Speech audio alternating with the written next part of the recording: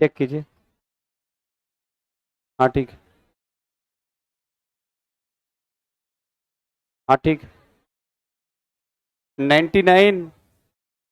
Check देख लीजिएगा। हाँ ठीक है।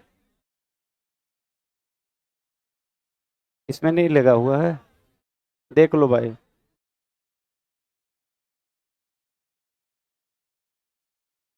हाँ ठीक। हाँ ठीक। चलिए अब तो शांत होइए और ऑनलाइन वाले भी ध्यान देंगे। सवाल देख लेंगे। सवाल है, कहता है कि धान की फसल के लिए उपयुक्त मिट्टी कौन है? चिकनी मिट्टी। कौन मिट्टी? देखो भाई, चिकनी मिट्टी के संदर्भ में याद रखेंगे एक पार्ट है, और इसी को याद रखेंगे। कौन सी मिट्टी? और भारत में सबसे ज्यादा पाए जाने वाला मिट्टी कौन है? जलोढ़। कौन सा? ध्यान रखिएगा, ये मैदानी इलाकों में ध्यान रखिएगा। खास करके कल भी मैंने बताया था कि कोई भी मैदान अगर होगा तो मैदानी क्षेत्रों में ये मिट्टी ज्यादा पाया जाता है। कौन मिट्टी बताइए तो? कौन मिट्टी? कन्फर्म ना? और निर्माण कौन करेगा इसका? नदी। कौन? जैसे एक ध्यान रखिएगा, दूसरी जो बड़ी मिट्टी वर्ग है उसका नाम है काली मिट्टी। क्या नाम है? देखो भाई, काली मिट्टी की अगर बात करेंगे ना, तो काली मिट्टी का निर्माण जो होता है वो बेसाल्ट चट्टान से होता है। किस चट्टान से? मतलब पत्थर भी कह दीजिए, चट्टान भी कहिए। तो काली मिट्टी का निर्माण किससे होता है? बेसाल्ट चट्टान। कौन चट्टान? बेसाल्ट चट्टान के टूटने या अपरदन, बेसाल्ट चट्टान के टूटने या अपरदन के फलस्वरूप कौन मिट्टी? काली मिट्टी। कौन मिट्टी? इसी को रेगुड़ मिट्टी भी कहते हैं। क्या कहते हैं? ए लड़की, नहीं मन लग रहा है, बहुत घूम रहा है रोड पर पूजा करने के लिए, तुरंत निकालेंगे। मगर प्रतिष्ठा नहीं बेच के साथ लग गया है। आज पूजा हो रहा है, देखो ना, कुल एकदम बढ़िया बढ़िया पहन के घूम रहा है। हाँ? देखो रोड पे, इंटरेस्ट जगाइए। बात समझ रही है ना? हाँ, सब ठीक रहेगा। तो बेसाल चट्टान के टूटने या अपरदन के फलस्वरूप कौन मिट्टी? और इस मिट्टी में जल अवशोषण। क्या? तो जल अवशोषण, या पूछेगा कि जल सोखने की क्षमता सबसे ज्यादा कौन मिट्टी में है? कौन मिट्टी? कौन मिट्टी? इसमें कपास की खेती होती है। किसकी? किसकी? तो कपास की खेती किसमें? इसीलिए इसे रेगुड़ मिट्टी कहते हैं। क्या कहते हैं? इस मिट्टी का निर्माण बेसाल्ट चट्टान। कौन चट्टान? तो बेसाल्ट चट्टान के टूटने या अपरदन के फलस्वरूप कौन मिट्टी? काली मिट्टी को रेगुड़ मिट्टी। कौन मिट्टी? भारत में सबसे ज्यादा जलोढ़ मिट्टी। कौन मिट्टी? जलोढ़ मिट्टी का निर्माण कौन करेगा? नदी। कौन करेगा? तो नदियों के द्वारा जो मिट्टी का निर्माण होगा वो कौन? भारत में सबसे ज्यादा कौन मिट्टी? मैदानी इलाकों में कौन मिट्टी? जबकि काली मिट्टी पठारी एरिया। कौन एरिया? और काली मिट्टी सबसे ज्यादा महाराष्ट्र और गुजरात। महाराष्ट्र और ये मिट्टी सबसे ज्यादा डेक्कन का पठार। कौन पठार? तो डेक्कन पठार में कौन मिट्टी? कौन मिट्टी? जल धारण करने की क्षमता सबसे ज्यादा काली मिट्टी के एक अन्य नाम कौन? रेगुड़ मिट्टी। कौन मिट्टी? कन्फर्म ना? चलिए नेक्स्ट सवाल की ओर चलेंगे, शैलेश से ही रहेगा। नेक्स्ट सवाल देख लेंगे। कहता है भाई ध्यान दीजिएगा, पर्वत कितने प्रकार के हैं? कितने? ध्यान दीजिएगा। तो मुख्य रूप से अगर आप बात करेंगे, इसमें 4 दे रखा है, लेकिन ध्यान रखेंगे, अब हम बताएंगे खुद। इसमें सबसे पहला होता है वलित पर्वत। कौन पर्वत? कौन पर्वत? वलित पर्वत। कौन पर्वत? एक होता है ब्लॉक पर्वत। कौन पर्वत? ब्लॉक पर्वत। कौन पर्वत? और एक होता है, ध्यान रखेंगे, अवशिष्ट पर्वत। कौन पर्वत? अवशिष्ट पर्वत। कौन पर्वत? अवशिष्ट पर्वत। कौन पर्वत? तो पहला कौन? वलित। कौन? दूसरा ब्लॉक। और तीसरा? तो यहां 4 काट के 3 कर दीजिएगा। कितना? 3। अब देखो भाई, वलित पर्वत का उदाहरण कौन है? हिमालय। कौन? दुनिया के जितने भी पर्वत अगर आप बात करेंगे तो दुनिया के जितने भी पर्वत हैं वो ज्यादातर कौन पर्वत के उदाहरण है? वलित पर्वत। किसके? वलित पर्वत में ध्यान रखिएगा कि वलित पर्वत में जो पर्वत के निर्माण हुए हैं वो जितने पर्वत हैं वो ध्यान रखेंगे प्लेट टेक्टोनिक, ध्यान रखेंगे दो आपसी प्लेट के दबाव के कारण ऐसे पर्वत का निर्माण हुआ है, जिसमें वलित पर्वत के उदाहरण में दुनिया में हिमालय के अलावे याद रखेंगे एंडीज। कौन सा नाम सुने ना? फिर रॉकी। कौन सा? कौन सा? फिर आल्पस। कौन सा? आल्पस का नाम सुने हैं? आल्पस कहां है? यूरोप में। कहां पे? कौन? तो आल्पस कहां है? जबकि रॉकी, कौन सा? रॉकी कहां है? उत्तरी अमेरिका। कहां पे? जबकि एंडीज कहां है? दक्षिण अमेरिका। कहां पे? और हिमालय एशिया। हिमालय कहां? तो दुनिया के जितने ऊंचे ऊंचे पर्वत हैं वो सारे कैसे पर्वत के उदाहरण हैं? वलित पर्वत। कौन पर्वत? जबकि ब्लॉक पर्वत का उदाहरण सबसे महत्वपूर्ण याद रखेंगे भारत में है सतपुड़ा। कौन? कौन? सतपुड़ा पर्वत। कौन पर्वत? और यूरोप में एक पर्वत है जिसका नाम है ब्लैक फॉरेस्ट। क्या नाम है? ब्लैक फॉरेस्ट पर्वत जर्मनी में है। कहां है? तो सतपुड़ा और जर्मनी का ब्लैक फॉरेस्ट कैसे पर्वत का उदाहरण है? ब्लॉक। कैसे? जो दो नदियों के बीच घिरा हो। दो नदियों के बीच क्या हो? दो नदियों के बीच क्या कहलाएगा? ब्लॉक। क्या कहलाएगा? और जो याद रखेंगे दुनिया में सबसे पहले याद रखेंगे जिसका घर्षण से याद रखेंगे टेम्परेचर से, हवा से, घर्षण से जो अवशेष के रूप में बचा हो, वैसे दुनिया के पर्वत याद रखेंगे अवशिष्ट, या इसे ही प्राचीन पर्वत कहते हैं। क्या कहते हैं? प्राचीन। तो देखो भाई, अवशिष्ट, घर्षित या प्राचीन वलित, गौर कीजिएगा, प्राचीन वलित या अवशिष्ट। पहले याद रखेंगे कि आपका जो आरावली है ये प्राचीन वलित था, लेकिन ध्यान रखेंगे कि अब वो अवशेष के रूप में है, उस पर विशेष घर्षण के द्वारा जो बचा हुआ है, इस लेकर उसे अवशिष्ट पर्वत, घर्षित पर्वत और दुनिया का सबसे प्राचीन पर्वत में से एक है, और वो भारत का है आरावली। कौन सा?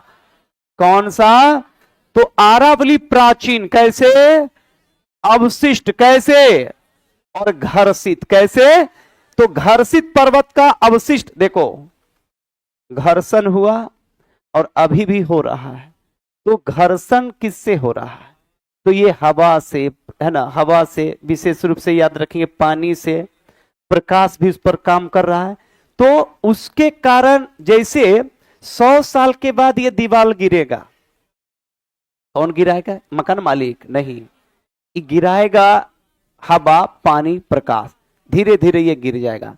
तो अवशेष के रूप में जो ये बचेगा, ऊंचाई तो है, अभी तो ये इतना ऊंचा है, लेकिन 100 साल के बाद, 150 साल के बाद ये बिल्डिंग गिरेगा, अपने से गिरेगा, एक इकट्ठा धीरे धीरे धीरे धीरे गिरते जाएगा, गिरते जाएगा, जो अवशेष के रूप में बचा। तो कालांतर में सवाल उठता है कि या 20 साल पहले, 15 साल पहले, 30 साल पहले, कोई बोलेगा कि 200 साल का ये मकान है, आप बोलेंगे नहीं 200 साल का नहीं, बोलेगा 20 साल का, हाँ हो सकता है 20 साल। तो 20 साल पहले जब ये मकान बना तो इसमें मानव द्वारा बल लगा होगा इतना ऊंचाई होने के लिए। तो कोई भी स्थल, आकृति या कोई भी स्वरूप के निर्माण में बल लगता है कि नहीं लगता है? जैसे आप गड्ढा अगर करते हैं तो आपको बल लगता है कि नहीं लगता है? कुदाल से अपने खुद कीजिए, चाहे जेसीबी से कीजिए, चाहे मजदूर से करवाइए, कहीं ना कहीं एक बल लग रहा है। तो बताइए कि जब गड्ढा करने में बल लगता है तो इतनी लंबी नदी गंगा नदी है, इतना गड्ढा है, तो कोई ना कोई ताकत तो लगा होगा जो कि इसको गड्ढा किया है ना। और सवाल उठता है कि इतने बड़े बिल्डिंग के लिए कोई ना कोई ताकत तो लगा होगा, लेबर लगा होगा, मिस्त्री लगा होगा, फोर्स, बल, ट्रैक्टर, मशीन, तब जाके इतना ऊंचा बिल्डिंग लगा। कोई ना कोई ताकत लगा है, मानवकृत ताकत लगा है। तो ध्यान रखेंगे कि प्रकृति के पास भी ताकत है कि नहीं है। अगर कोई बोले कि 2000 आदमी मिलकर बिल्डिंग को हिलाइए, हिलेगा, लेकिन प्रकृति के पास एक ऐसी ताकत है जो कि इसको 15 सेकंड तक एकदम आराम से हिलाते रहेगा, है कि नहीं है। गिरा भी देगा नहीं, बिल्डिंग गिरेगा कि नहीं गिरेगा। 15-20 सेकंड में तो क्लियर रिएक्टर पैमाने पर 7.7 अगर रहा तो बेवकूफ कहीं का 17 सेकंड में खेला समाप्त, है ना, पूरे मलबे में मिलेंगे, है ना। फिर स्पष्ट रूप से ये धराशाही हो जाएगा। तो एक ताकत तो है। तो उसी प्रकार से ध्यान रखेंगे कि अभी वर्तमान में जो हिमालय को देख रहे हैं, ये हो सकता है कि 5 करोड़ साल के बाद ये हिमालय नहीं रहेगा। अब बोलेगा मास्टर हिमालय नहीं रहेगा तो कहां जाएगा। तो आज से 5 करोड़ पहले हिमालय नहीं था। आज से 100 साल पहले ना तो ये बिल्डिंग था और ना तो इतने स्टूडेंट थे। कहां था पते नहीं है, अदृश्य। और आज के 100 साल बाद भी यहां कोई नहीं रहेगा कोई नहीं रहेगा, क्योंकि वैज्ञानिकों का अनुमान है कि धरती का, पृथ्वी का भी एक उम्र है कि नहीं है। सूर्य का उम्र है, चंद्रमा का उम्र है, धरती का उम्र है, सबका एक उम्र है और उम्र के साथ सब नष्ट हो जाएगा। तो स्पष्ट रूप से ध्यान रखेंगे कि पृथ्वी पर भी ध्यान रखेंगे कोई भी स्ट्रक्चर या आकृति बनते रहता है और बिगड़ते रहता है। ऊंचाई होगा और फिर वो नीचे होगा।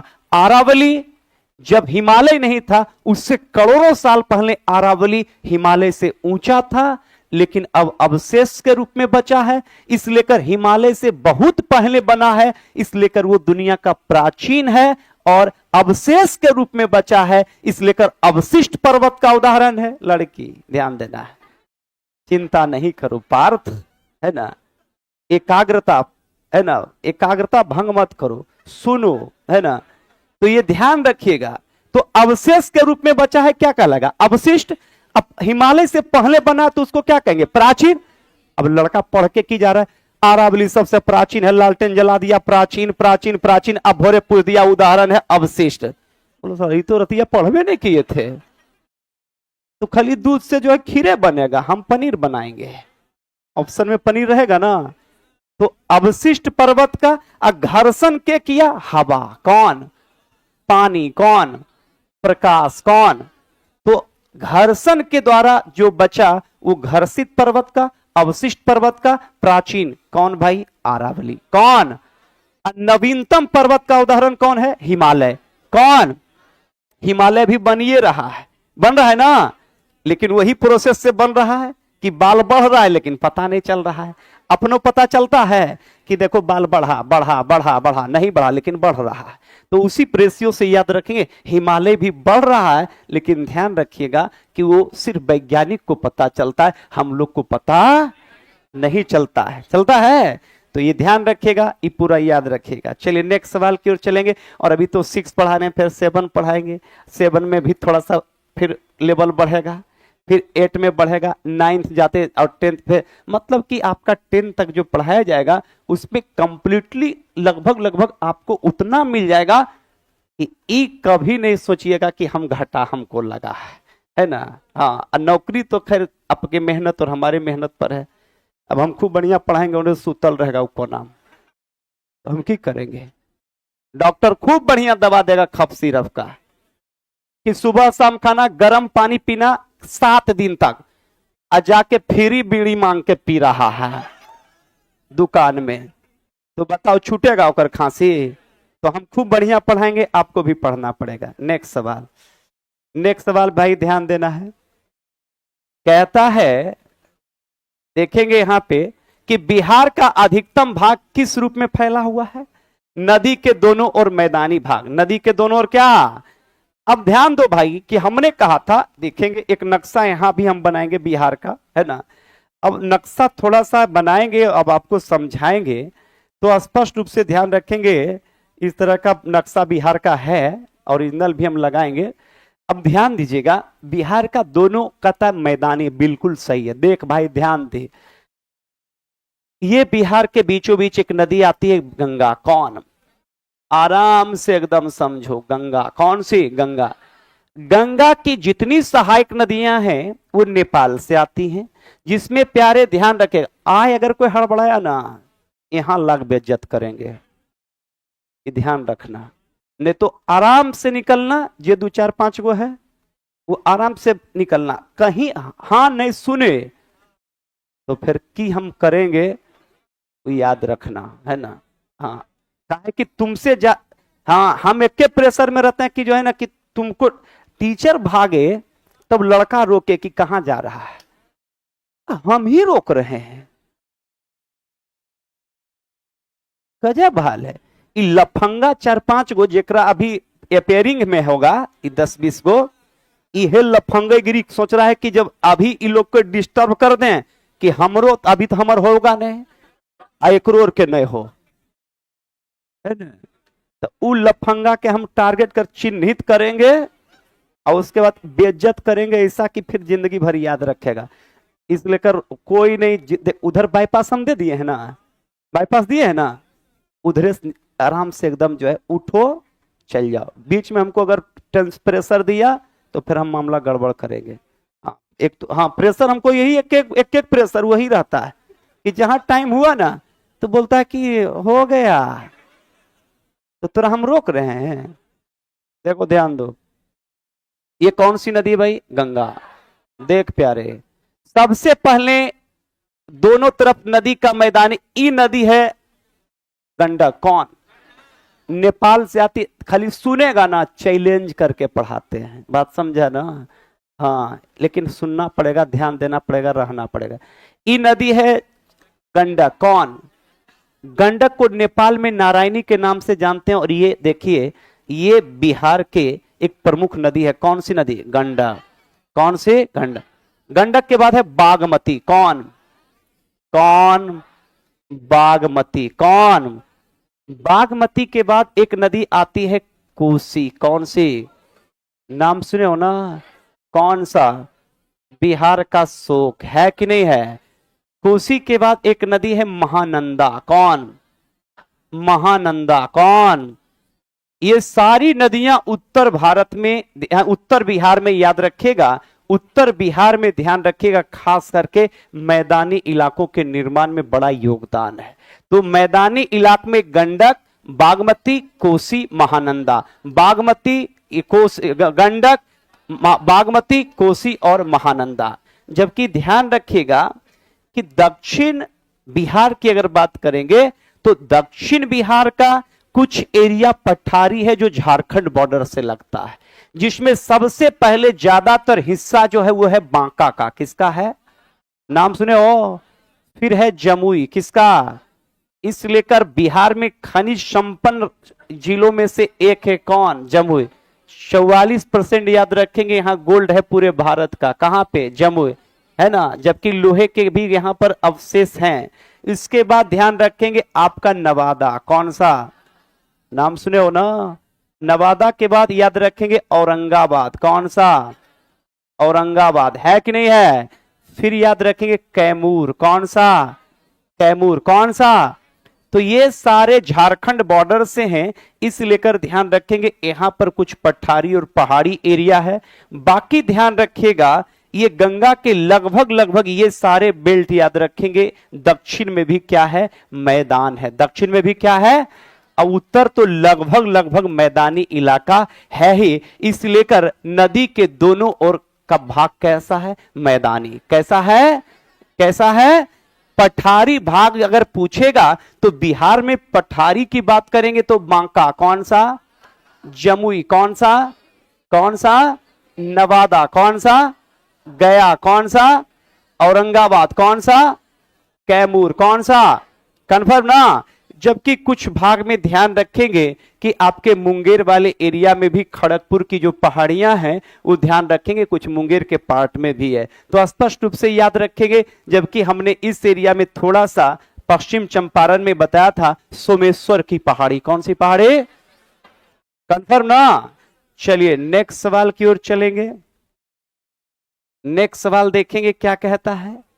कहता है भाई, कहता है कि किसे संसार का छत कहा जाता है।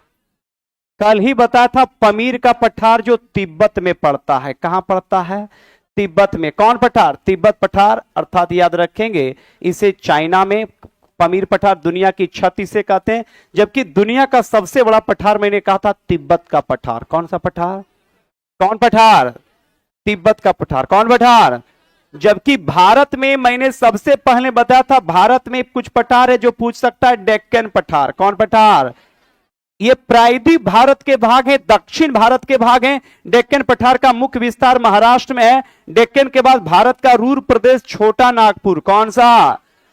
सबसे खनिज ज्यादा छोटा नागपुर में निकलता है। झारखंड और सीमावर्ती राज्य हो सकते हैं। झारखंड के अलावा उड़ीसा, छत्तीसगढ़ और वेस्ट बंगाल में भी इसके कुछ हिस्से हैं, लेकिन मुख्य रूप से झारखंड याद रखेंगे।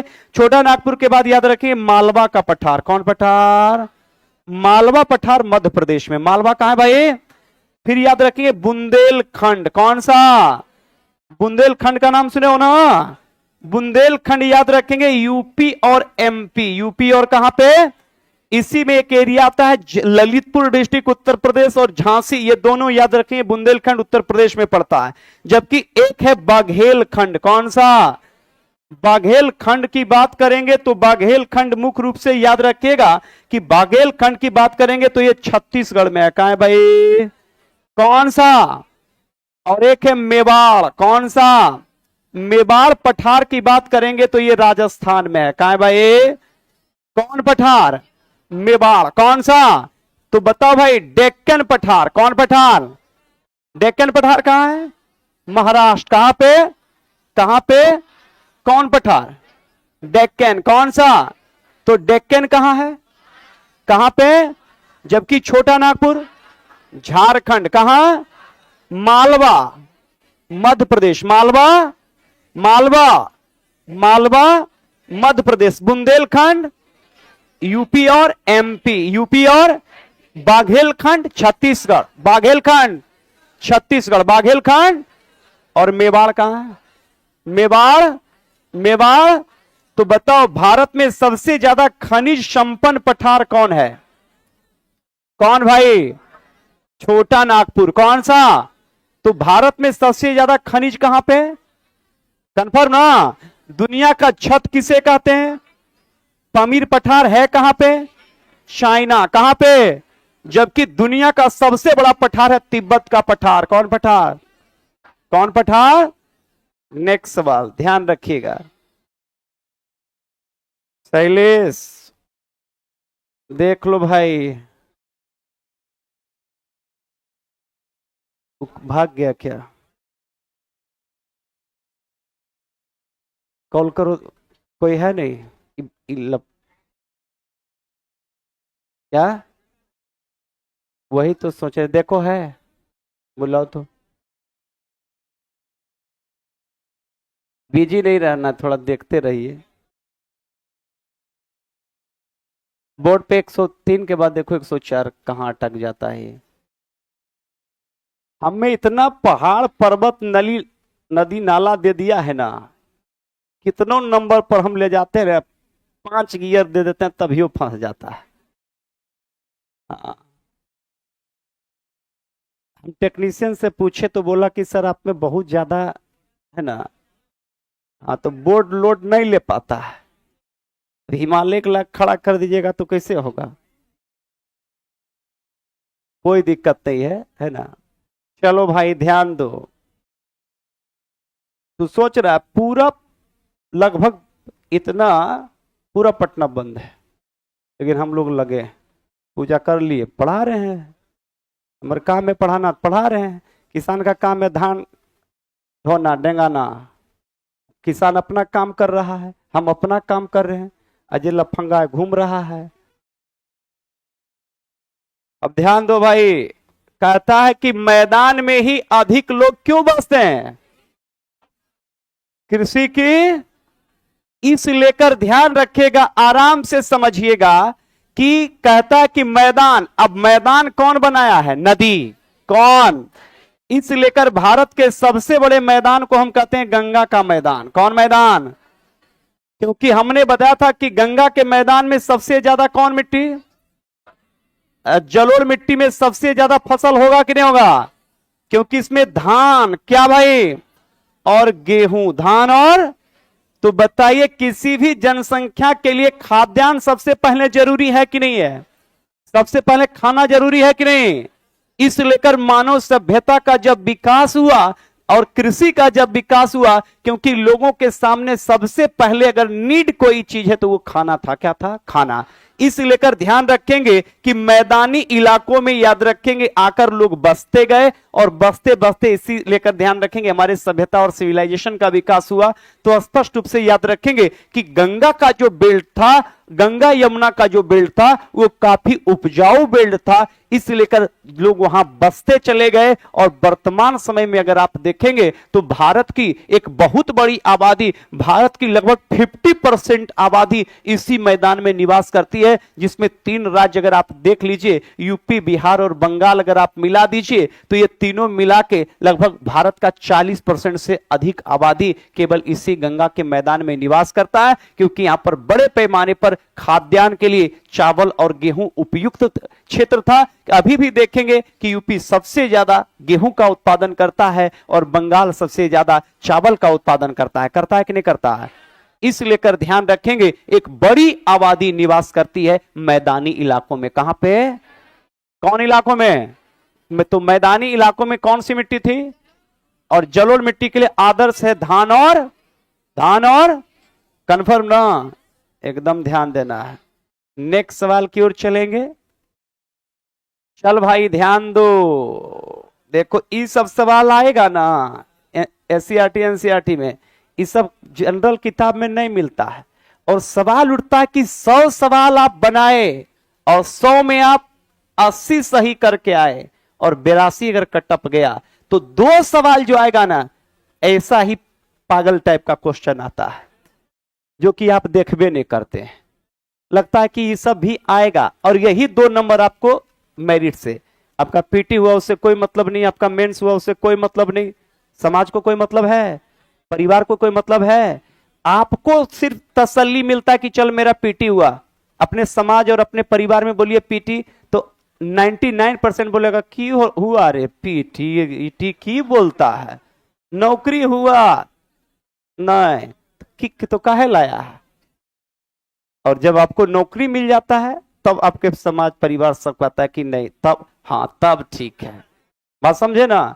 तो यही 2 नंबर आपको फंसाएगा और यही 2 नंबर की बात करेंगे तो स्पष्ट रूप से आपको पढ़ा के आपको एक्सपर्ट बनाया जाता है। बात समझ गए ना? कोई भी चीज के लिए एक कोच की आवश्यकता होती है। जैसे ध्यान रखेंगे, हम बार बार लड़के से कहते हैं कि आपका एग्जामिनेशन नहीं है, आपका एग्जामिनेशन खत्म हो गया, आपका कंपटीशन है। एग्जामिनेशन तो आप दे चुके हैं 1 से लेके 10 तक और 10 से लेके 12 तक और 12 से लेके ग्रेजुएशन तक, वो एग्जामिनेशन था। और यहां कंपटीशन है और कंपटीशन तभी क्लियर होगा जब आपका सोच बदलेगा। जिस दिन आपका सोच बदल गया कि हमें क्या करना है, उस दिन रिजल्ट पक्का हो जाएगा। ये ध्यान रखेंगे। इसलिए आप लोग कंपटीशन के लिए आए हैं और हम आपको गाइड करते हैं। बात समझिए ना? कंपटीशन में सदैव याद रखेंगे आपको गाइड करने वाला बेहतर मिल गया, आपका रिजल्ट होगा आपके मेहनत पर। चलिए ध्यान दीजिएगा, यहां पे क्या कहता है? कहता है भाई, कहता है कि कुल कितनी दिशाएं हैं? 10 दिशा। कितना भाई? तो 10 दिशा में याद रखेंगे 4 तो याद रखेंगे उत्तर दक्षिण पूर्व पश्चिम है ही, तो यह है मुख्य दिशा। कौन दिशा? तो मुख्य दिशा कितने? 4। कितना? एक ऊपर और एक है कि नहीं? और उसके बाद याद रखेंगे फिर देखो 4, देख प्यारे, ये तो उत्तर दक्षिण पूर्व पश्चिम हो ही गया। और उसके बाद 4 गो और होगा जिसमें आप सुनते होंगे अग्नि कोण, नैऋत्य कोण, ईशान कोण, सुने हैं ना? तो याद रखेंगे एक इधर से हो जाएगा, एक इधर से, एक इधर से, एक इधर से, तो 4 4 कितना हो गया? 8। कितना कितना कितना? और एक ऊपर और एक, तो बताओ टोटल कितना कितना कितना? कन्फर्म ना? तो स्पष्ट रूप से याद रखेंगे कि टोटल दिशाएं कितनी हैं? 10। कितनी हैं? 10 याद रखिएगा। नेक्स्ट सवाल की ओर चलेंगे, फिर फंसा। शैलेश देखो, कि हर एक 5 मिनट पर एक दो क्वेश्चन में से काहे होता है। पीपीटी ही कल से कम करवा देते हैं, लेकिन कम करवाएंगे फिर लड़के को दिक्कत होगा। डायरेक्टे हमको दो बोर्ड पे है ना।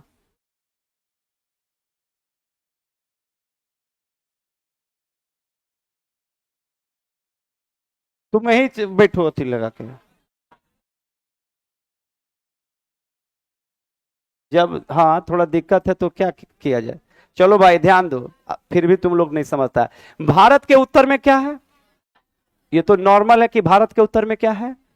अब प्यारे बताओ, हिमालय। हिमालय कैसा पर्वत था? वलित और नवीनतम पर्वत का उदाहरण कौन? हिमालय। कौन कौन? कंफर्म ना।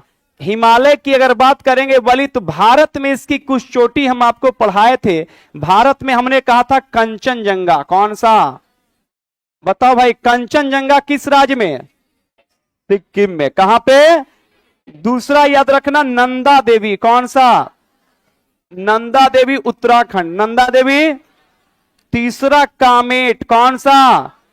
कामेट भी कहां पे? उत्तराखंड। कामेट कहां? कामेट कहां? कामेट कहां? और चौथा प्यारे, नंगा पर्वत। कौन पर्वत? नो नंदा, नंगा पर्वत। कौन पर्वत? नंगा पर्वत अब है लद्दाख में। कहां पे है? तो नंगा पर्वत कहां है?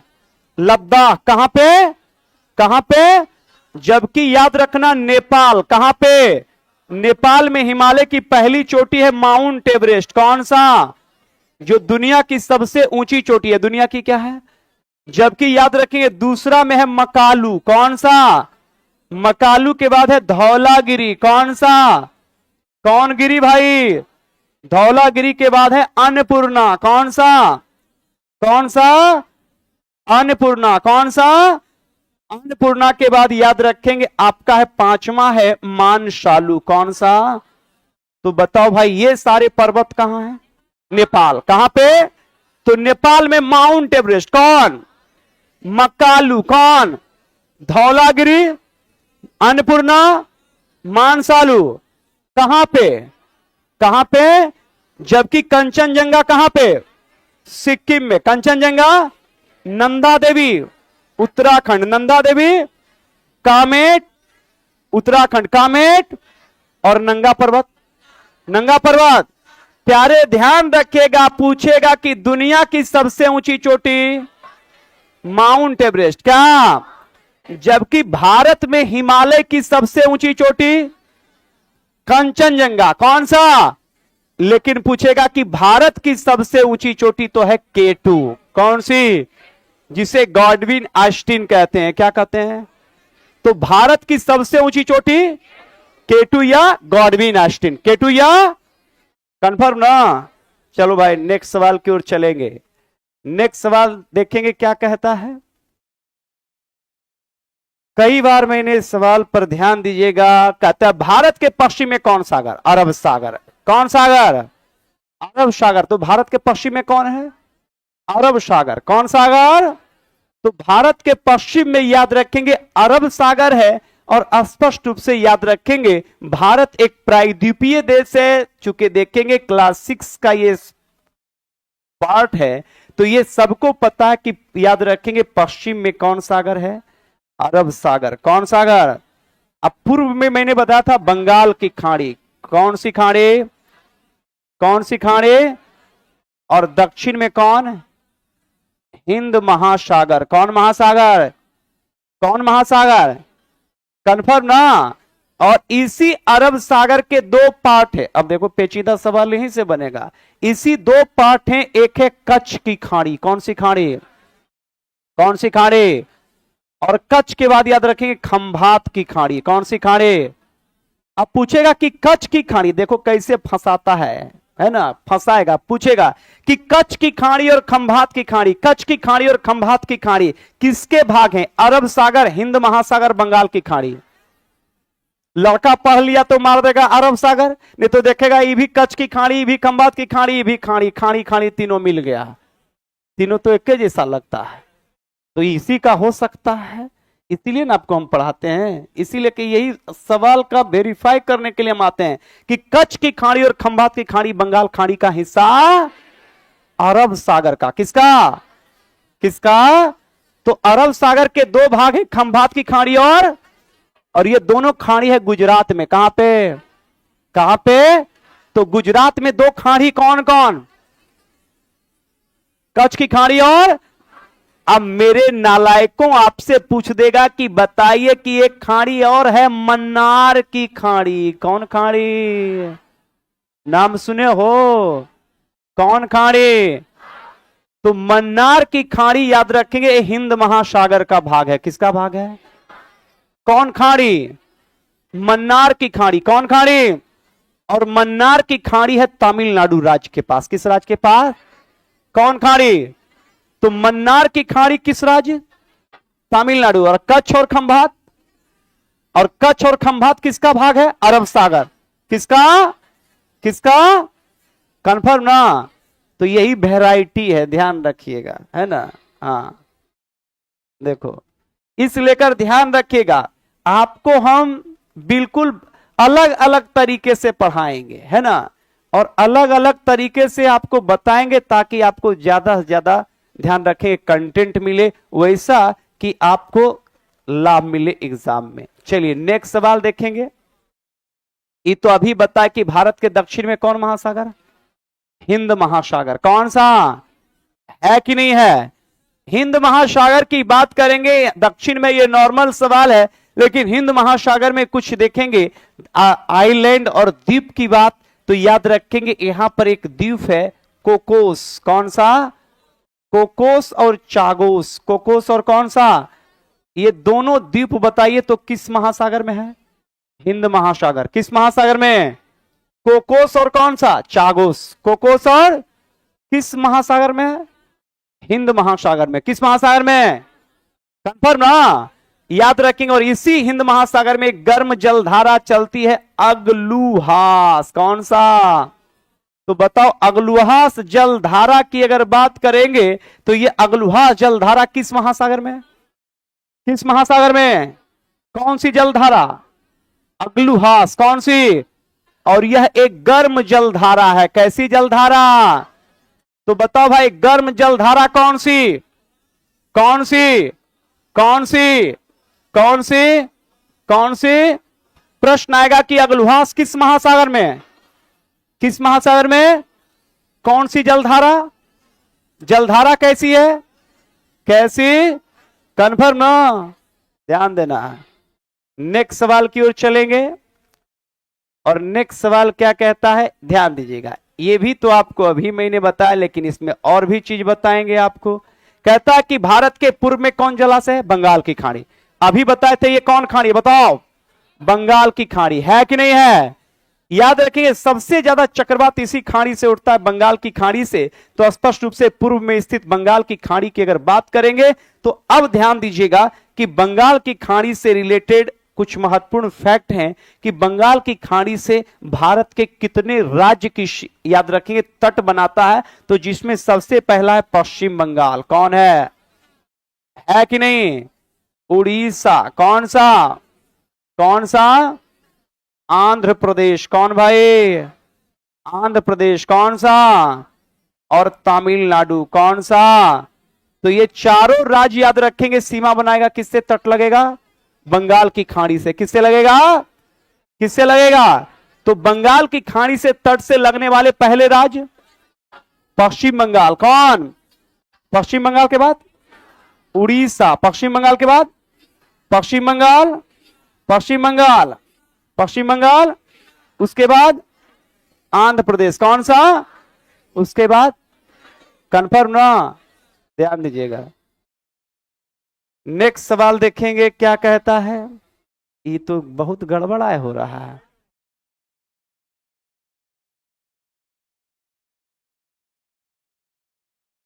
एक एक बढ़ेगा।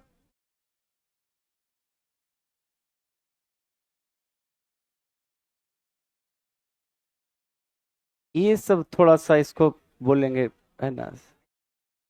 अब देखो भाई, कहता है यहां पे, ये तो अभी मैंने बताया था कि भारत के उत्तर पश्चिम हिस्सा में इसमें घिरा है कौन? हिमालय। कौन? तो उत्तर पश्चिम हिस्सा में कौन घिरा है? हिमालय। कौन? और हिमालय से रिलेटेड मैंने आपको सब कुछ बताया था कि हिमालय वलित पर्वत का क्या है? उदाहरण।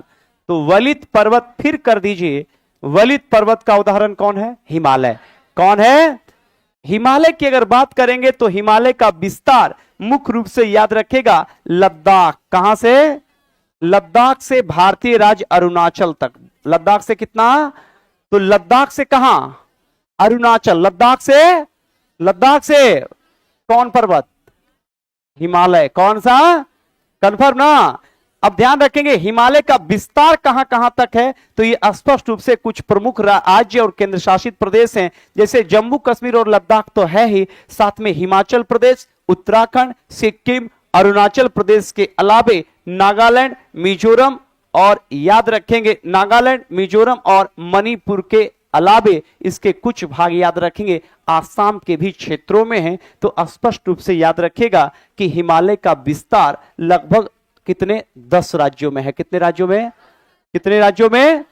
लेकिन मुख्य रूप से 2 केंद्र शासित प्रदेश भी ध्यान रखेगा, जिसमें खास करके जम्मू कश्मीर और कौन सा? लद्दाख। जम्मू कश्मीर और लद्दाख याद रखेगा। नेक्स्ट सवाल की ओर चलेंगे। सवाल कहता है भाई कि ध्यान देंगे कि हिमालय पर्वत भारत के किस दिशा में है? तो ये तो अभी ही बता दिए, उत्तर में है, सीधा याद रखिएगा, उत्तर में है।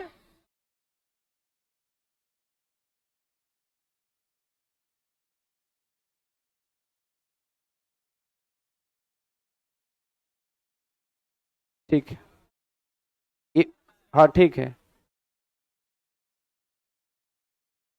रुक ना भाई, एक इलाज होगा कि बीमार पड़ा हुआ उठा के जला दें? फिर डॉक्टर से दिखाएंगे। गड़बड़े है तुम जी। देखो भाई ध्यान देना, निम्नलिखित में से कहता है कि भारत के पश्चिम में कौन सागर है? तो पश्चिम में मैंने अभी बताया था अरब सागर और दक्षिण में हिंद महासागर। ये तो नॉर्मल सवाल है और स्पष्ट रूप से याद रखेंगे कि अरब सागर से रिलेटेड भी मैंने अभी आपको बताया था कि अरब सागर में कई खाड़ियां हैं, जिसमें कच्छ की खाड़ी और खंभात की खाड़ी क्या है? महत्वपूर्ण है, याद रखिएगा। अब चलेंगे, कहता है कि भारत के मानचित्र की दिशा तय करते समय क्या ध्यान में रखना चाहिए? सभी दिशाओं को समान रूप से अंकित करेंगे तभी आप ध्यान रखेंगे, आप दिशा को क्या है ध्यान में रख सकते हैं। तो ये आपको अभी मैंने बताया था कि ये उत्तर, ये दक्षिण है, ये आपका क्या हो जाएगा? ये पूर्व हो जाएगा और ये क्या हो जाएगा? पश्चिम। जबकि अभी मैंने दिशाएं कितना बताया था? 10। दिशाएं कितनी थी? 10। मुख्य दिशा कितने थे? 4। मुख्य दिशा 4, मुख्य दिशा, और दिशाएं कितनी है? कंफर्म ना? ध्यान रखिएगा। नेक्स्ट सवाल की ओर बढ़ेंगे और नेक्स्ट सवाल ध्यान देंगे, कितना नंबर है भाई? चलिए 114 अभी मैंने बताया था। अब देखिए यहां पर तो अभी मैंने आपको बताया था, यहां पर मैंने बताया था, अब डायरेक्ट हम बोर्ड से ही अथी कर लेंगे, है ना? अगर ऐसा होगा हम सुविधा देख लेंगे, बात करेंगे। देखो भाई, कहता है कि प्रमुख दिशाओं की संख्या कितनी? 4। कितनी? 4। अभी देखिए इसी मैप के जरिए मैंने बताया था कि 4 पहले तो आपका उत्तर से दक्षिण और पूरब से पश्चिम, उत्तर से दक्षिण और पूरब से, कंफर्म ना? जबकि ध्यान रखिएगा उसके बाद यहां पर देखिए उत्तर और पूर्व में कॉर्नर में एक दिशा जिसे उत्तर पूर्व में ईशान, उत्तर पूर्व में क्या होता है?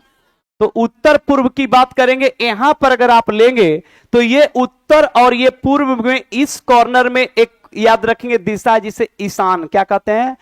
जबकि याद रखिए उत्तर पूर्व, जबकि याद रखेंगे यहां पर पूर्व और दक्षिण, पूर्व और कौन सा? ये एक अग्नि कोण है, ये नैऋत्य कोण है, और ये याद रखेंगे वाह्य कोण या वाह्य कोण इसे कहते। तो टोटल ये 8 हो गए और एक ऊपर और एक नीचे, टोटल याद रखेंगे 10। तो दिशाएं 10 और याद रखेंगे मुख्य दिशा कितने हैं? 4। मुख्य दिशा कितने हैं? तो मुख्य दिशा कितने भाई? 4। क्लियर ना? चलिए नेक्स्ट चलेंगे हम और नेक्स्ट देखते हैं यहां पे, है ना? नेक्स्ट देखेंगे यहां पे आपका क्या कहता है। अब देखो भाई ऑनलाइन वाला ठीक ठाक दिखाई दे ही रहा होगा, इसमें कोई दिक्कत नहीं है। कहता है कुल, ध्यान रखिएगा, कुल दिशाओं की संख्या भी बताए थे कितना है? 10। कितना? कन्फर्म ना। इसके बाद ध्यान रखिएगा टोटल दिशाएं 10 हैं, जिसमें हमने आपको बता भी दिया था। इसके बाद ध्यान रखिएगा, इसके बाद आप ध्यान रखेंगे 15 के बाद 16 है ना, 16 हो गया ना। अच्छा ठीक है भाई, ठीक है, इसमें ऊपर नीचे कर दिया, कोई बात नहीं। चलिए नेक्स्ट सवाल देखेंगे। यहां पे कहता है कि बंगाल की खाड़ी भारत के किस पूर्व दिशा में है? बंगाल की खाड़ी किधर है? देखो भाई, बंगाल की खाड़ी एक तो पहले ये पूरा दक्षिण है, ये आपका पूरा दक्षिण है इधर, और ये क्या है? पूरब है। तो आंसर क्या है? दक्षिण और पूर्व, दक्षिण और पूर्व। तो दक्षिण और पूर्व में किसकी स्थिति है? बंगाल की खाड़ी। ऐसे अगर बात करेंगे तो मुख्य रूप से पूरब तो ठीक है, लेकिन ऑप्शन अगर आपको दे देगा तो दक्षिण पूर्व ही होगा, क्योंकि अगर मिला के ऑप्शन दिया दक्षिण पूर्व, उत्तर पूर्व है ना, पश्चिम पूर्व, तो ये स्पष्ट रूप से याद रखेंगे कि बंगाल की खाड़ी की भौगोलिक स्थिति जो है किधर है। और इसी में एक द्वीप है अंडमान निकोबार। कौन सा? अंडमान निकोबार। कौन निकोबार? तो बताओ भाई, अंडमान निकोबार किस खाड़ी में है? बंगाल की खाड़ी। किस खाड़ी में? कौन सा? अंडमान निकोबार। कौन सा? तो अंडमान निकोबार की भी स्थिति याद रखिएगा कहां पर है? बंगाल की खाड़ी में। और ध्यान रखिएगा कि ये इसकी स्थिति दक्षिण और किधर है भाई? पूर्व, दक्षिण और पूर्व। चलिए नेक्स्ट सवाल की ओर चलेंगे। नेक्स्ट सवाल देखिए क्या कहता है। गंगा नदी भारत के किस दिशा में बहती है? बहुत अच्छा सवाल है, देखेंगे डायरेक्शन पूछ लिया है नदियों का। तो बताइए गंगा नदी भारत के किस दिशा में बहती है? पश्चिम से? पश्चिम से। लेकिन जब ये निकलती है तो याद रखेंगे उत्तर से किधर? दक्षिण। उत्तर से? उत्तर से। अब देखो भाई, अगर गंगा की बात करेंगे, गौर कीजिएगा, गंगा की अगर बात करेंगे तो गंगा ध्यान रखेगा कि गंगोत्री से निकलती है। कहां से निकलती है? गंगोत्री ग्लेशियर के गौमुख से जब निकलती है तो इसका दिशा होता है प्यारे उत्तर से दक्षिण। उत्तर से किधर? तो जब गंगा गंगोत्री से निकलती है तो किधर से किधर? उत्तर से। तो निकलकर जब याद रखेंगे आती है तो उत्तर से दक्षिण। लेकिन जब मैदानी इलाकों में अगर बात करेंगे तो मैदानी इलाकों में याद रखेंगे इधर आपका हो गया पश्चिम और ये आपका हो गया पूर्व। तो पश्चिम से पूर्व किधर बहेगा? पूर्व। जब निकलेगी तो इसका डायरेक्शन क्या होगा? उत्तर से। उत्तर से। उत्तर से। और जब मैदान में ये बहेगी तो पूरब से। पूरब से। पूरब से। जबकि याद रखेंगे गंगा भारत के 5 राज्य से बहती है। कितने राज्य से? कितने राज्य से? कौन सी नदी? कौन सी? तो गंगा कितने राज्य से? 5। कितने? पहला उत्तराखंड। कौन सा? उत्तराखंड। कौन सा? यूपी। कौन सा? यूपी में बहती है ना। यूपी के बाद बिहार। कौन सा? बिहार के बाद झारखंड। कौन सा? और झारखंड के बाद वेस्ट बंगाल। तो बताओ भाई गंगा कितने राज्य में? 5। कितने? कितने? जबकि ये 2 देश में बहती है, भारत और बांग्लादेश। भारत और कहां पे? भारत और, तो 2 देश में बहती है, भारत और कौन सा? और बांग्लादेश में इस नदी को पद्मा कहते हैं। क्या कहते हैं? तो बताओ भाई गंगा को बांग्लादेश में क्या कहते हैं? क्या? पद्मा। क्या कहते हैं? जबकि भारत के कितने राज्य में? 5। कितने? कितने? कौन नदी? कौन? कौन? कन्फर्म ना। याद रखेंगे गंगोत्री के गौमुख से निकलती है, जहां पर यह भागीरथी के नाम से जानी जाती है। किसके नाम से? और देवप्रयाग में इससे अलकनंदा मिलती है। कौन? तो देवप्रयाग में भागीरथी और किसका मिलन होता है? अलकनंदा। भागीरथी और, भागीरथी और कौन प्रयाग? कौन प्रयाग? तो देवप्रयाग में 2 नदी का मिलन होता है। किसका किसका? भागीरथी और ये बनती है गंगा। क्या बनती है? क्या बनती है? देवप्रयाग से निकलने के बाद गंगा सीधे, गंगा बनने के बाद ये ऋषिकेश पहुंचती है। कहां पे? ऋषिकेश के बाद ये नदी, ध्यान रखिएगा, ऋषिकेश के बाद हरिद्वार पहुंचती है, हरिद्वार के बाद ये नदी हिमालय को छोड़ देती है और मैदानी इलाकों में सबसे पहले उत्तर प्रदेश में कन्नौज पहुंचती है। कन्नौज से पहले ये बिजनौर पहुंचती है, बिजनौर से कन्नौज, कन्नौज के बाद ये नदी कानपुर पहुंचती है, कानपुर के बाद ये नदी प्रयाग पहुंचती है जहां पर अभी कुंभ लगा हुआ है। और ध्यान रखेंगे कि प्रयाग के बाद ये नदी सीधे इलाहाबाद जिसको हम कहते हैं, इसके बाद ये नदी सीधे कानपुर के रास्ते याद रखेंगे सीधे पहुंचती है काशी। कहां पे? काशी। प्रयाग के बाद काशी पहुंचती है और काशी के बाद यह नदी, ध्यान रखिएगा कि उत्तर प्रदेश के गाजीपुर से बहती हुई ये सीधे बिहार पहुंचती है और बिहार में सबसे पहले गंगा बक्सर में प्रवेश करती है। कहां पे? बिहार के 12 जिले से बहती हुई गंगा सीधे कटिहार पहुंचती है और कटिहार के बाद ये बिहार को छोड़ देती है और पहुंचती है झारखंड। कहां पे? झारखंड से बहती हुई नदी पहुंचती है बंगाल। कहां पे? बंगाल में इसी नदी पर फरक्का बैराज है और इसके बाद ये नदी चली जाती है बांग्लादेश जहां पर ये नदी पद्मा के नाम से जानी जाती है। अंततः बांग्लादेश में ब्रह्मपुत्र अर्थात जमुना से मिलकर इसकी संयुक्त धारा दुनिया के सबसे बड़े डेल्टा सुंदरबन का डेल्टा का निर्माण करती है और मेघना के नाम से जानी जाती है और अंततः यह नदी बंगाल की खाड़ी में गिरती है। तो इससे स्पष्ट हो गया कि भारत की सबसे बड़ी नदी गंगा का अपवाह बहाव 5 राज्य और 2 देश में है। तो स्पष्ट रूप से भारत की सबसे लंबी नदी गंगा कितने राज्य से? 5। कितने? अब देश, देश और राज्य, राज्य कंफर्म।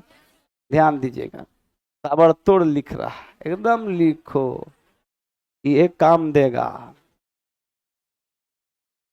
देखो हम हम तो पूरा समझाएंगे, इनकाउंटर भी करेंगे, लेकिन अब हम, हाँ समझाना तो मेरी ड्यूटी है ना, तो ध्यान रखिएगा, समझाना तो हमारी ड्यूटी है भाई। 118 ना? अच्छा कोई दिक्कत नहीं है।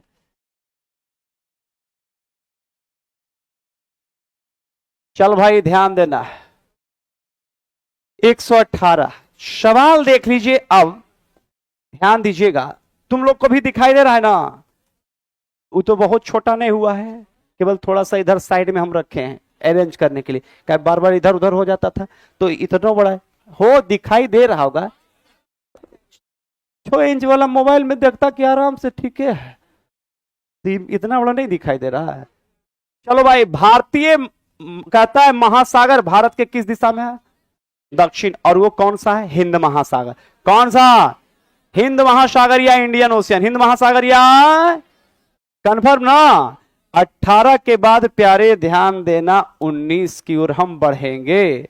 19 में कहता है, ये ध्यान रखेंगे, इसमें तो नॉर्मल सवाल ही है, अरब सागर भारत के किस दिशा में है? पश्चिम।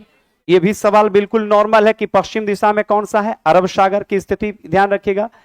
उत्तर, ये सवाल तो अभी पढ़ाए ही थे हम, 19 के बाद है ना 20 ना? 20 में प्यारे सवाल फिर वही है और फिर सवाल वही बताएंगे कि भारत के उत्तर दिशा में कौन है? हिमालय। कौन? अब देख भाई, हिमालय थोड़ा सा यहां भी देख लो आराम से। हिमालय का पूरा एरिया देखे ये वाला है और अरुणाचल प्रदेश के पास मुड़कर ये मुड़दार पर्वत भी कहलाता, और म्यांमार में इसी को अराकान योमा पर्वत के नाम से जाना जाता है। म्यांमार में कौन? हिमालय।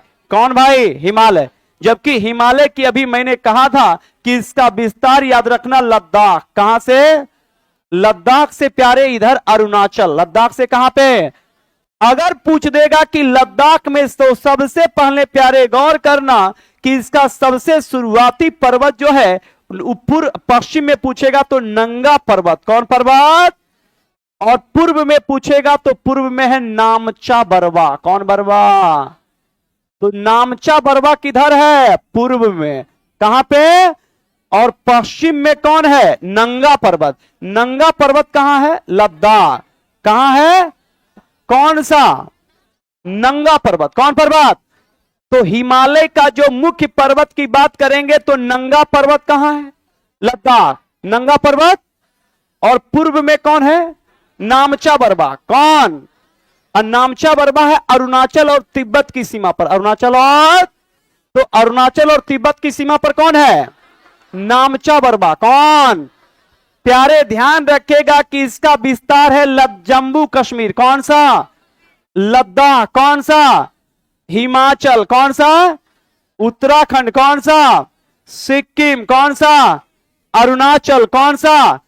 फिर इधर नागालैंड, मणिपुर, मिजोरम। नागालैंड, मणिपुर, मिजोरम, अरुणाचल। इसके अलावा याद रखेंगे इसके कुछ क्षेत्र आसाम के एरिया में भी है, क्योंकि ध्यान रखेंगे आसाम का ऊपरी एरिया भी कुछ पहाड़ी है, जो ध्यान रखेंगे शिवालिक का या मिडिल हिमालय के भाग हैं। तो स्पष्ट रूप से इतने राज्यों में फैला है दुनिया की सबसे ऊंची और दुनिया की सबसे महत्वपूर्ण पर्वतमाला हिमालय। कौन सा?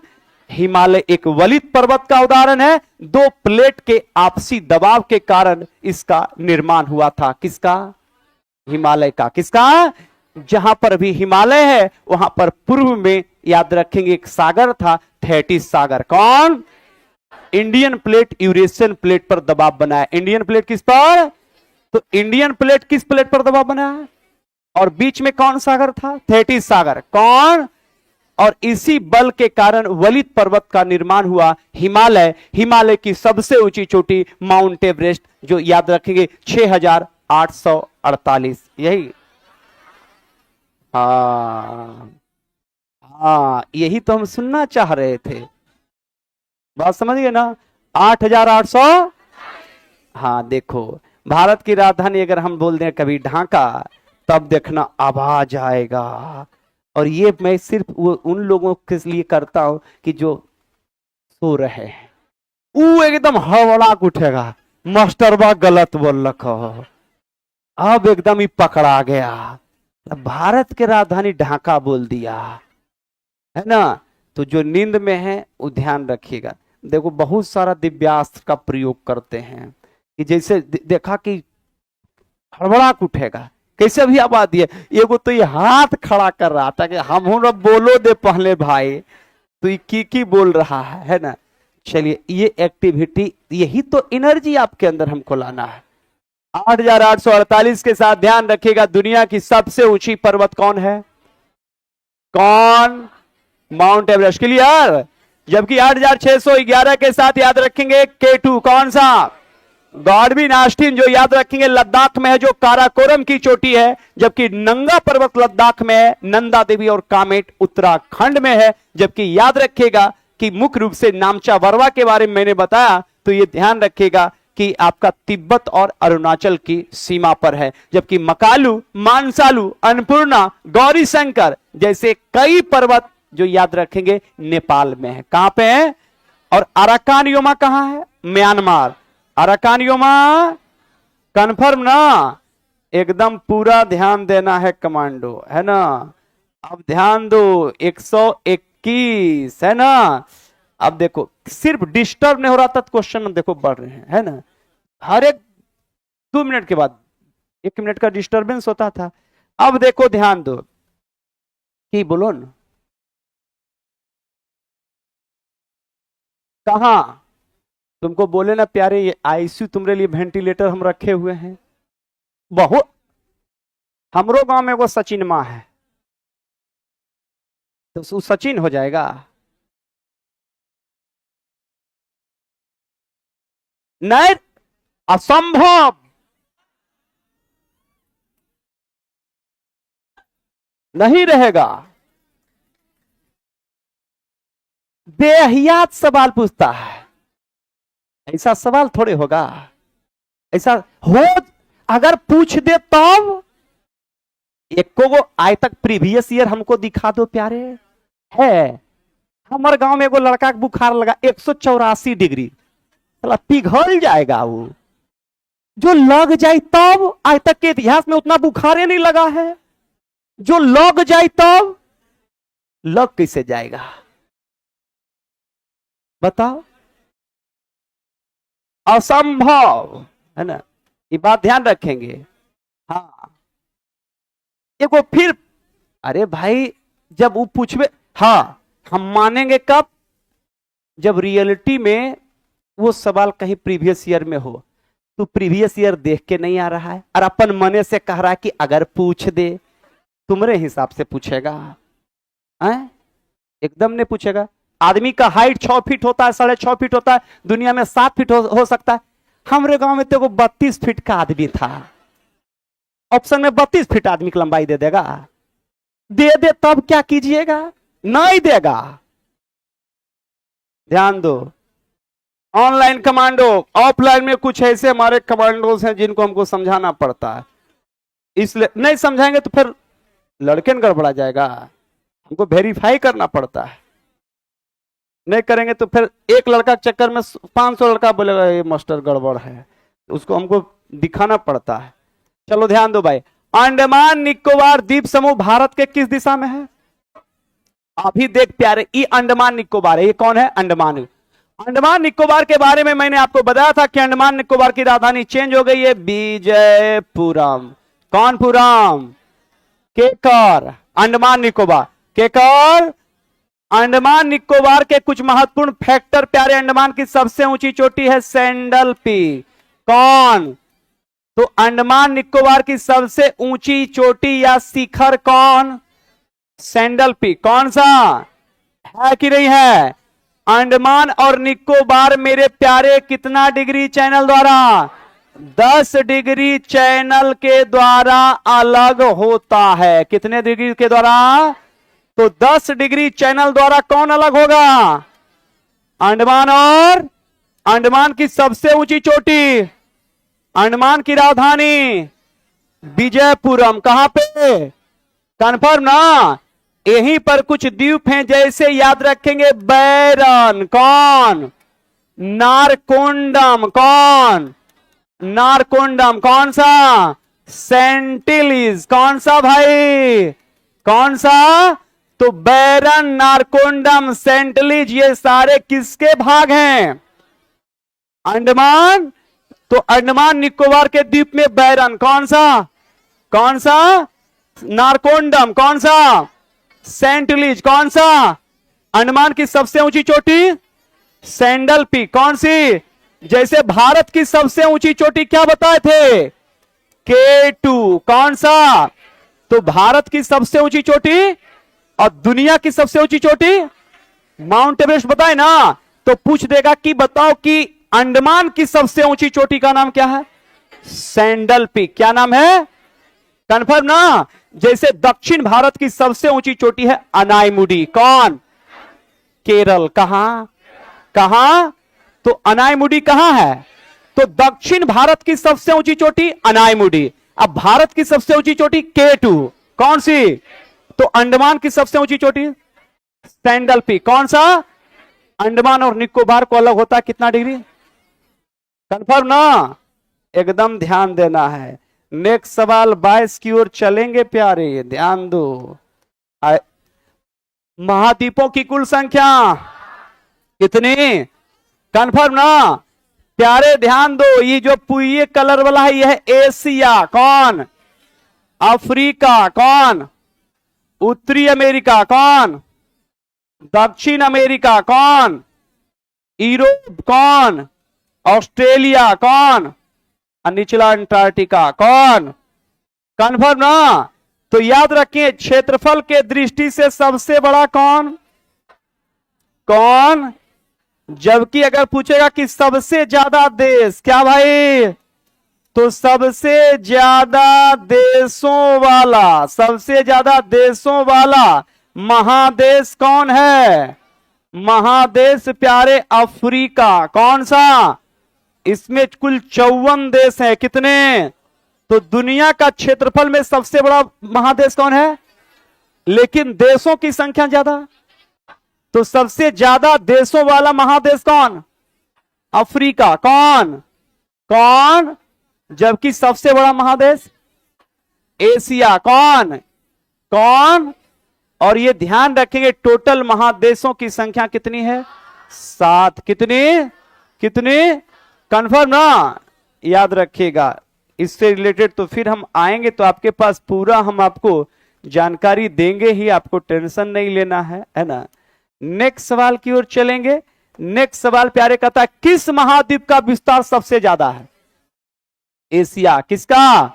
तो पृथ्वी पर सबसे ज्यादा कौन है? एशिया क्षेत्रफल में बड़ा कौन है? एशिया। एशिया की बात करेंगे, मुख्यतः 48 देश यहां पर हैं। और याद रखिएगा कि एशिया से रिलेटेड मैंने आपको कई चीज बताएंगे, तो एशिया से आपसे पूछ क्या सकता है? एशिया का, गौर कीजिएगा, एशिया का सबसे बड़ा देश कौन है? चीन।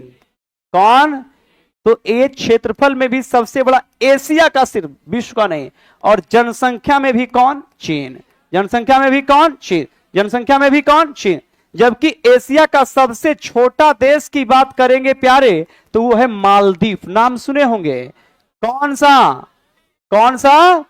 जबकि एशिया की, याद रखिएगा, एशिया की सबसे लंबी नदी है यांगस्टी। कौन सी? यांगस्टी नदी बहती है कहां पे? चीन में। कहां पे? तो एशिया की सबसे लंबी नदी कौन है? यांगस्टी। कौन सी? कौन सी? कौन सी? कंफर्म ना? जबकि याद रखिएगा, एशिया की अगर बात करेंगे तो एशिया में ही एक मरुस्थल है गोबी। कौन सा? जो चीन और मंगोलिया की सीमा पर है। चीन और किसकी सीमा पर? तो बताओ, चीन और मंगोलिया की सीमा पर कौन है? गोबी। कौन सी? तो गोबी मरुस्थल किन दो देश की सीमा पर? चीन और चीन और जबकि एशिया की सबसे लंबी नदी यांगस्टी। कौन सी? एशिया का सबसे बड़ा देश चीन। एशिया का सबसे अधिक जनसंख्या वाला देश चीन। कौन? एशिया का सबसे छोटा देश मालदीव। कौन? जबकि दुनिया का सबसे छोटा देश है वेटिकन सिटी। कौन? तो दुनिया का सबसे छोटा देश कौन सा? कौन सा? अब पूछेगा एशिया का सबसे छोटा देश कौन? तो रतिया पढ़ के जाएगा कि दुनिया का सबसे छोटा देश। अब भोरे पूछ देगा, ध्यान रखेंगे कि एशिया का सबसे छोटा देश।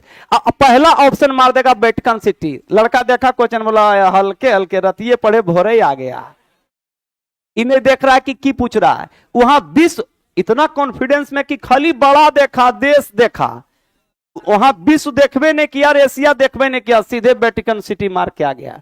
तो एशिया का सबसे छोटा देश मालदीव और दुनिया का सबसे छोटा वेटिकन सिटी। कंफर्म ना? याद रखिएगा। चलिए नेक्स्ट सवाल की ओर चलेंगे। नेक्स्ट सवाल देख लेते हैं क्या कहता है। नेक्स्ट सवाल प्यारे ध्यान देना है। चलिए नेक्स्ट सवाल देखेंगे। कहता है कि भूमध्य रेखीय वृत्त को क्या कहते हैं? भूमध्य रेखीय वृत्त को क्या कहते हैं? विषुवत रेखा। कौन सी रेखा? अभी मैंने कहा था कि पृथ्वी के बीचों बीच खींची गई काल्पनिक रेखा को विषुवत रेखा या भूमध्य रेखा। कौन सी रेखा? कौन सी रेखा? अब भूमध्य रेखा कितना डिग्री? कितना डिग्री? कितना डिग्री? तो बताओ, भूमध्य रेखा अक्षांश है कि देशांतर? अक्षांश। क्या प्यारे? कंफर्म ना?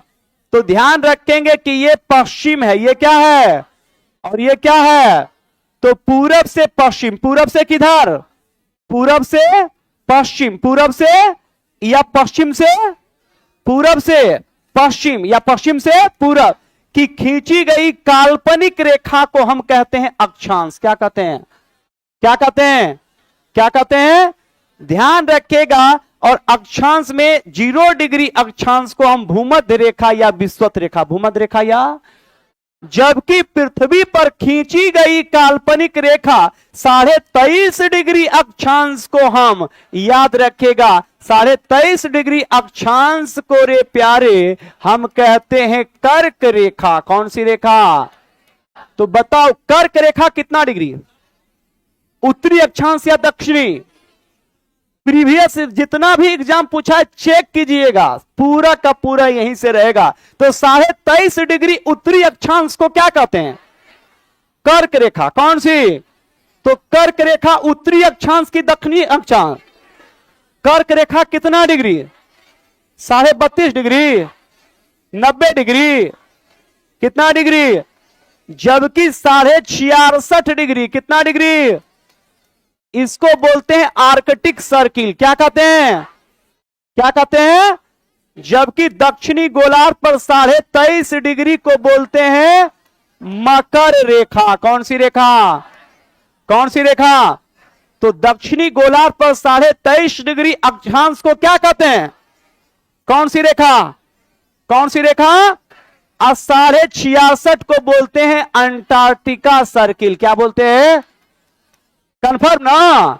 जबकि याद रखिएगा कि विषुवत रेखा पर से, विषुवत रेखा को भूमध्य रेखा कहते हैं, चूंकि 0 डिग्री अक्षांश भूमि के बीचों बीच इस लेकर भूमध्य रेखा और विश्व के बीचों बीच इस लेकर विषुवत रेखा, इंग्लिश में इक्वेटर के नाम से भी जाना जाता है।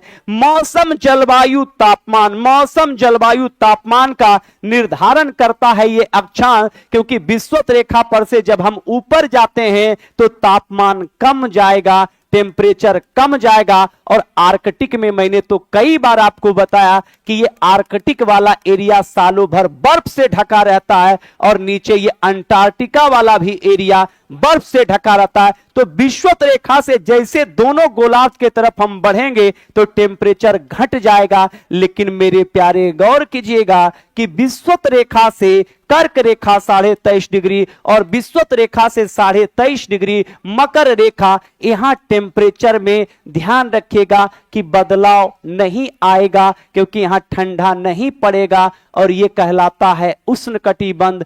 का सवाल पूछेगा कि मौसम में ठंडा, गर्मी, बरसात किस एरिया में आएगा, तो बोलिएगा 23.5 डिग्री कर्क रेखा या 23.5 डिग्री मकर रेखा से दोनों 66.5 के बीच में 4 महीना का ठंडा, 4 महीना गर्मी और 4 महीना का बरसात होगा। और इसे समशीतोष्ण कटिबंध या शीतोष्ण कटिबंध, शीतोष्ण, शीतोष्ण, शीत और उष्ण, शीत और शीत पड़ता है ठंडा में और उष्ण मतलब गर्मी, और गर्मी जहां होगा तो बरसात।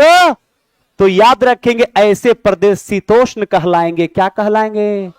और ऊपर कहलाएगा शीत। क्या कहलाएगा? तो बताओ कि मौसम तापमान और जलवायु में अंतर के लिए अक्षांश जिम्मेदार है कि नहीं? विषुवत रेखा पर सालों भर क्या पड़ेगा?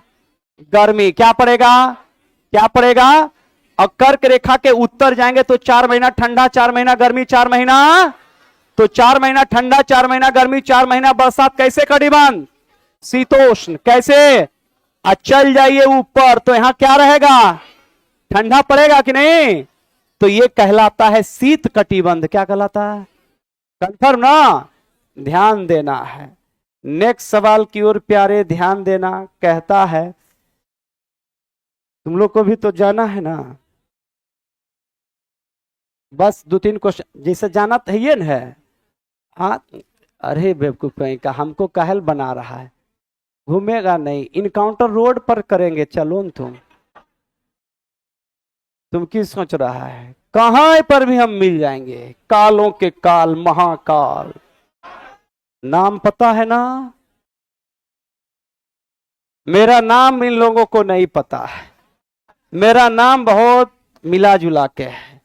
हमारे साथ जो साथ देता है, देखो हमारे साथ साथ देता है, हमारा नाम है KUNAL, कुणाल। लेकिन प्यारे अगर मेरे साथ गड़बड़ किया तो इसमें 2 शब्द काट दो, है ना? 2 शब्द U और N को काट दो, है ना? ध्यान रखिएगा, अगर हमारे हिसाब से नहीं चले तब, है ना? चलो अब 1-2 सवाल और करेंगे। 124 हो गया, 125 खींचेंगे। 125 देखो भाई, 125 में प्यारे देख क्या कहता है। कहता है कि कर्क रेखा कौन से अक्षांश पर स्थित है? बताओ किस पर? तो कहता कि कर्क रेखा कहता कौन से अक्षांश पर स्थित है, तो अभी बताए थे ना 23.5 डिग्री। देख प्यारे, देख देख फटाफट देख। कहता कि देखो उत्तर से दक्षिण दिशा की ओर ये सब रेखा जो है देशांतर कहलाएगा। ये सब क्या है? देशांतर। तो ऊपर से उत्तर से दक्षिण की ओर खींची गई काल्पनिक रेखा क्या है? देशांतर।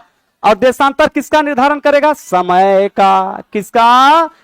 तो समय निर्धारण के लिए काल्पनिक रेखा कौन? देशांतर। अब मौसम जलवायु तापमान के लिए कौन? ई वाला कौन रेखा है? अक्षांश। कौन? तो 23.5 डिग्री अक्षांश को कर्क रेखा कहते हैं कि नहीं? लेकिन उत्तर क्या होगा? और 23.5 डिग्री को क्या कहेंगे? मकर रेखा। क्या कहेंगे? 0 डिग्री को क्या कहेंगे?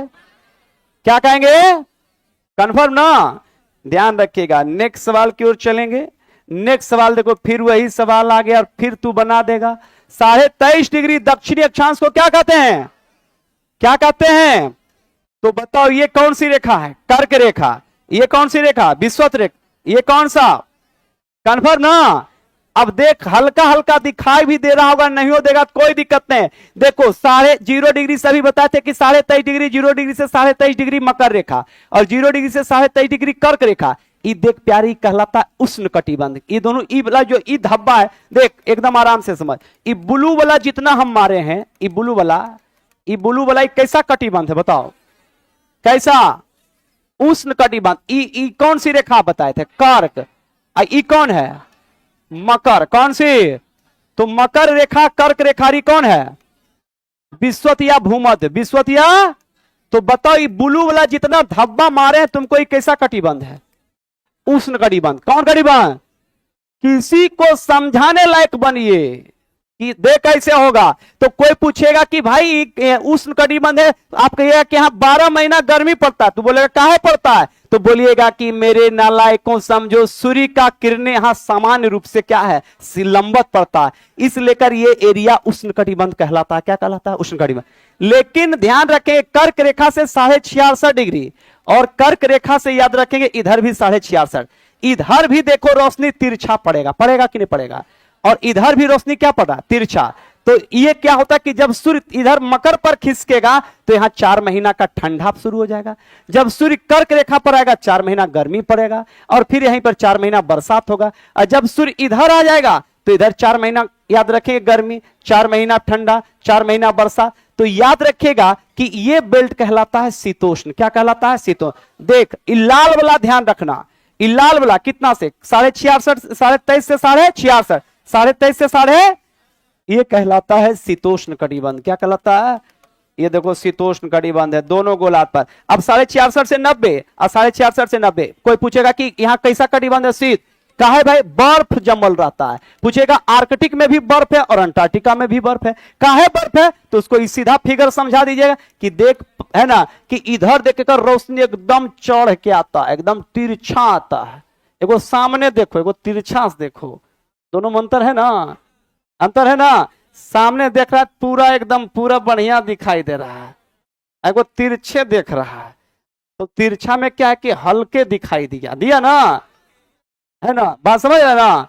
तो याद रखेंगे तिरछा जब पड़ेगा तो तिरछा में रोशनी कम पड़ेगा। तो यहाँ क्या होता है कि रूस साइबेरिया में क्या होता है कि 2-3 घंटा याद रखें गर्मी में या ठंडा में 2-3 घंटा सूर्य कभी हल्का हल्का दिखाई दिया, खत्म। क्यों भाई? क्योंकि ये तिरछा दिखाई दे रहा है। इसी लेकर टेम्परेचर यहाँ कम रहता है, यहाँ टेम्परेचर कम रहता है, इस लेकर यहाँ भीषण ठंडा पड़ता है। कहां पर? आर्कटिक और अंटार्कटिका। 66.5 से 90, 66.5 से 90। कंफर्म ना? ध्यान रखे। फिर समझ, अभी तो क्लास 6 है, बोले जबरदस्ती पढ़ाते हैं। पढ़ना चाहता है लड़का थोड़े, जबरदस्ती, कोई गिलास नहीं, कोई चम्मच नहीं, डायरेक्ट। हाँ, ध्यान रखना। अब एक सवाल आ रुक, तो प्यारे ध्यान रखना। 1 मिनट, 1 मिनट रुक, 1 मिनट, 1 मिनट। 3 गो क्वेश्चन खाली दिखाने दो हमको, है ना? ये तो इनकाउंटर तुरंत शुरू कर देंगे। 131 के बाद 3 गो क्वेश्चन आपको दिखा देते हैं। लगता आज दिया था कि नहीं दिया था? अच्छा, नहीं दिया था, कोई बात नहीं है ना? ठीक है, कल करा देंगे, नेक्स्ट क्लास कल। चलिए, ऑनलाइन वाले ध्यान दीजिएगा, बस आप लोग प्यारे ध्यान रखेंगे, कंटिन्यू ख्याल रखें और लगातार क्लास करें, है ना? चलिए, आज का कक्षा यहीं तक और मिलते हैं पुनः कल।